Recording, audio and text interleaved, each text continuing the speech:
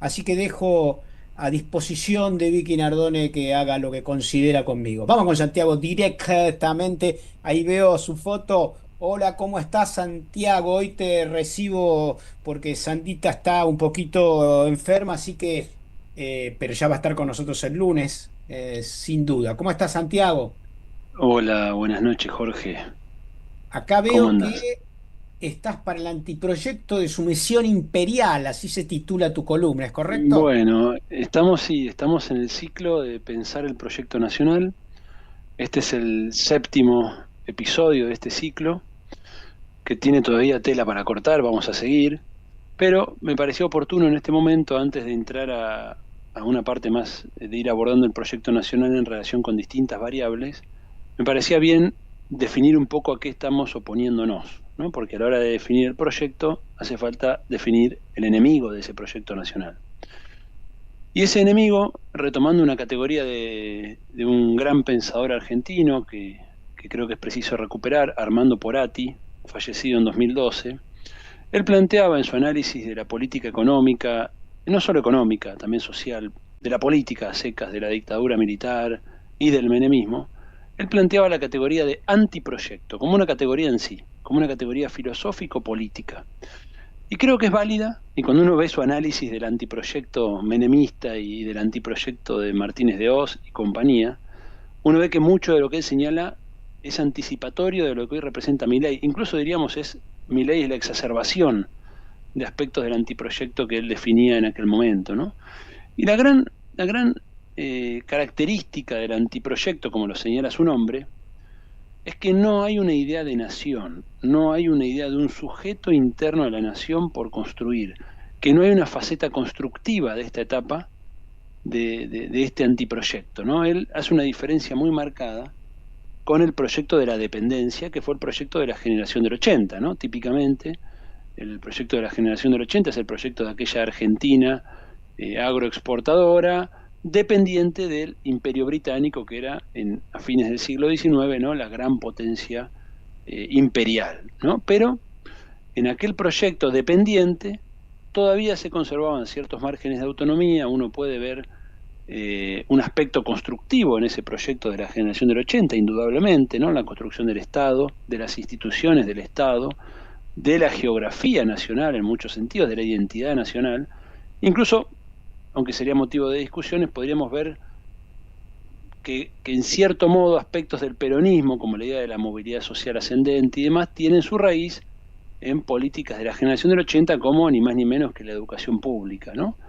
La ley 1420 y otras. Entonces, en el proyecto de la dependencia, todavía es posible encontrar a las élites económicas del país, en aquel momento la oligarquía ganadera, buscando ser clase dirigente, es decir, proponiendo un proyecto de nación excluyente, liberal conservador, pero proyecto de nación al fin, bajo el cual hegemonizaban a otros sectores sociales y pretendían construir una idea de nación, ¿no? Porati dice que esto cambia fundamentalmente con el 55, dice que hay un cambio en la configuración de las élites económicas del país. Tenemos 20 años de empate, digamos, entre el proyecto de la justicia social y el proyecto de un momento de transición, digamos, entre un proyecto de la dependencia no resuelto y el proyecto de la justicia social, y del 76 en adelante las élites económicas se reconvierten ya de este proyecto de dependencia consentida, si ustedes quieren, a un proyecto de sumisión imperial. Él hace una diferencia ahí, que lo asocia fundamentalmente al antiperonismo, a la necesidad de oponerse a lo que un poco fue la consecuencia del proyecto de la generación del 80, y lo asocia también, por supuesto, al cambio de mando imperial de Gran Bretaña hacia Estados Unidos y de los capitales involucrados en un caso y en el otro, ¿no? Donde en Estados Unidos empiezan a primar las lógicas de valorización financiera del capital, ¿no? Entonces, asociado a todo esto, él dice, bueno, a pesar de que este antiproyecto enarbola la máscara de ser la regeneración del proyecto del 80, y si ustedes se fijan, tanto en la dictadura militar, que se definía como proceso de reorganización nacional, utilizando el lema de proceso de organización nacional que venía de la generación del 80, como en En Milei, que permanentemente él se pretende presentar como hijo del liberalismo del siglo XIX, de Alberdi, y de esa generación que dio lugar a una Argentina de oro, etcétera, etcétera, dice, esto es una máscara ideológica para buscar conectar con un elemento de la tradición argentina, pero esto es otra cosa. Si acá las élites no están enarbolando un proyecto de país, sino que es, y esto lo digo yo, un proyecto de negocios, ¿no? Donde el sujeto se desplaza, ya no hay un sujeto al interior del país, sino que el sujeto pasa a ser externo, y es el imperio. Por eso la idea de la sumisión como eje, ¿no? Ya no hay una idea de construcción de nación, sino más bien de anulación de la nación, y se desnuda como un proyecto meramente destructivo.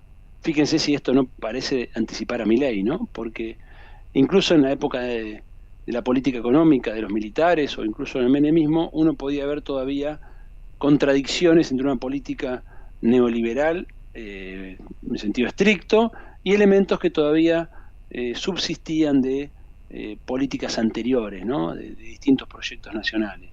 En cambio, ya en Milei lo que encontramos es esto en su estado puro, ¿no? Es la idea de que la función que vienen a asumir es básicamente la de una empresa de demolición que actúa sobre todos los saldos de proyectos nacionales anteriores, ¿no? Porque acá no solo se va contra las instituciones del peronismo vinculadas a la justicia social, a los derechos, a la soberanía, sino que también se va incluso contra las instituciones hijas de la generación del 80, ¿no?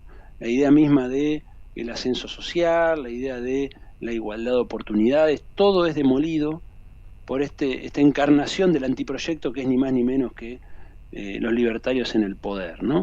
Entonces acá hay un elemento central, ¿no? El antiproyecto no es un proyecto de nación, es un proyecto de destrucción, de anulación y de sumisión, donde el sujeto deja de ser interno, no es un sujeto de la dependencia que busca lucrar con la dependencia, sino que es un sujeto externo cuyos actores locales solo están aquí para ejecutar políticas diagramadas desde afuera. ¿Quién es ese afuera? Se pregunta Porati. Bueno, ya no es ni siquiera, dice él, estrictamente los Estados Unidos, ¿no? Sino que es este capitalismo financiero global que ve en nuestro territorio una mera zona de sacrificio donde viene a mover y retirar capitales en una lógica de especulación financiera, que es lo que solemos definir como la bicicleta financiera, o ahora se le dice el modo más anglosajón, el carry trade y toda esa historia, ¿no? Si siempre es una lógica que no deja nada, que es meramente extractiva, es decir, que no tiene ningún efecto positivo, que es voraz, que es veloz, que desorganiza lo entramado productivo, y acá hay otro elemento que agrega Porati, así como el sujeto del antiproyecto es ese norte imperial. El enemigo del antiproyecto, dice él, no es ni la subversión, ni el comunismo, incluso diríamos hoy, no es tampoco el Estado per se, sino aquello que el Estado viene a proteger, o debería proteger, que es el trabajo y la producción, en definitiva, ¿no? Es decir, la posibilidad de, como país, de ejercer la soberanía en la dimensión más fundamental de la soberanía, que es la dimensión de la producción, ¿no? Y de la reproducción de la vida. Entonces, el enemigo, dice Porati, del antiproyecto es el trabajo, es la clase trabajadora, es la conciencia de la clase trabajadora, son las formas de solidaridad de la clase trabajadora. Entonces, lo primero que va a buscar hacer es reemplazar al sujeto de la nación, que es el pueblo trabajador, por figuras como, fíjense que esto lo dice hace 20 años, ¿no? Figuras como el trabajador que en verdad es un capitalista, es un pequeño capitalista, es un emprendedor, ¿no? Me recuerda mucho esas imágenes del trabajador de Uber que se siente dueño de su tiempo porque usa su auto para manejar, ¿no? La idea de que tiene un pequeño capital, o incluso el discurso que aparece ahora de las manos con las fintech, ¿no? Las aplicaciones tecnológicas financieras, que vienen a decirnos, bueno, vos sos un pequeño capitalista porque tenés, no sé, 50.000 pesos puestos en acciones en grandes corporaciones, ¿no? Sí, esta idea de que desarmar la identidad del trabajo asociada al trabajo y asociada a la dignidad que implica el trabajo, y reemplazarla por la lógica de la financiarización, de que somos microempresarios, de la plata fácil, del consumo, ¿no? Como símbolos identitarios. Y después señala otro elemento más que me parece importante, que es la idea de que el antiproyecto es un totalizador negativo, dice, ¿no? Y esto él lo trae a colación también de la idea de que el proyecto nacional por construir debe ser una totalización positiva. ¿Qué significa esto en esta tradición de pensamiento? Bueno, lo que plantea básicamente es que hay un rechazo de conjunto sobre la historia nacional, es decir, sobre los proyectos nacionales que dieron lugar a lo que somos, con nuestros límites y contradicciones, y más allá de la máscara de reivindicación del proyecto del 80, en los hechos está destruyendo el legado del proyecto de la generación del 80. Y lo que tenemos es una negación completa de lo que somos, tanto de la raíz indígena, de la raíz hispánica, de la raíz independentista, de la raíz liberal del 80, de la raíz justicialista. Es decir, hay una negación, una totalización negativa. Niega absolutamente el tiempo histórico que tenemos como nación, anula completamente ese tiempo y se propone como un cierre, como un fin de la historia, ¿no? Parafraseando a Fukuyama. Y dice, esto lo va a presentar siempre como algo inevitable. Como que es inevitable ir en el camino del antiproyecto, porque sin esa inevitabilidad, paradójicamente, se disuelve la nación. O sea, en nombre de la protección de la nación, se encarna la disolución de la nación. Y acá está una de las grandes paradojas discursivas que tienen, ¿no? Y cómo montan lo mesiánico de este discurso, que también estuvo presente en el 76, ¿no? Lo mesiánico que tiene el mileísmo, cuando dicen, bueno, yo vengo a salvar algo de la hiperinflación, de la destrucción, pero, y ahí está la gran conversión ideológica, ¿no? En verdad son ellos quienes vienen a destruir absolutamente las posibilidades de imaginar un futuro colectivo, ¿no? Bueno, habría algunas cosas más para charlar, pero creo que estamos sobre el tiempo. Este es un poco el panorama que nos deja Porati, a quien recomiendo leer, gran autor argentino y compañero, fallecido en el año 2012.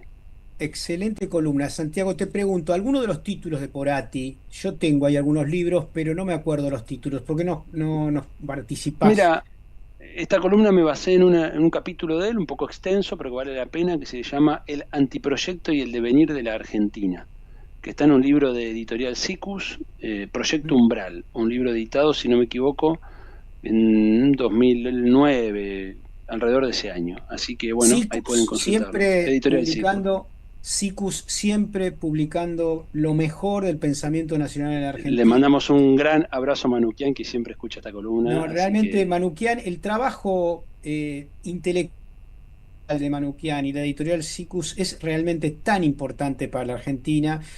Creo que tenemos que mira, básicamente, es el Boris Spivakov de nuestra época, así que creo que con esto estoy diciendo mucho. Para quienes saben quién fue efectivamente. Boris Spivakov. Así que le mandamos un fuerte abrazo y publicitamos también su librería que está, si no me equivoco, corregime, en la calle Alsina, creo, acá cerca ya lo voy a publicitar bien como corresponde porque no me acuerdo bien la dirección, pero busquen la librería editorial Siccus y compren los libros de Siccus porque hay material enorme. Este de Porati, no sé si tengo ese, pero voy a buscarlo. En todo caso, la semana que viene voy a tratar de preguntarle a Manuquian para que nos tire algunos títulos. Gracias, Santiago, un lujo tenerte. Te mandamos un fuerte abrazo. Un gran abrazo para vos también. Buenas noches. Abrazo grande. Vamos a los mensajes. Wow, wow, wow, wow, wow, Jugo de limón. Un programa antioxidante.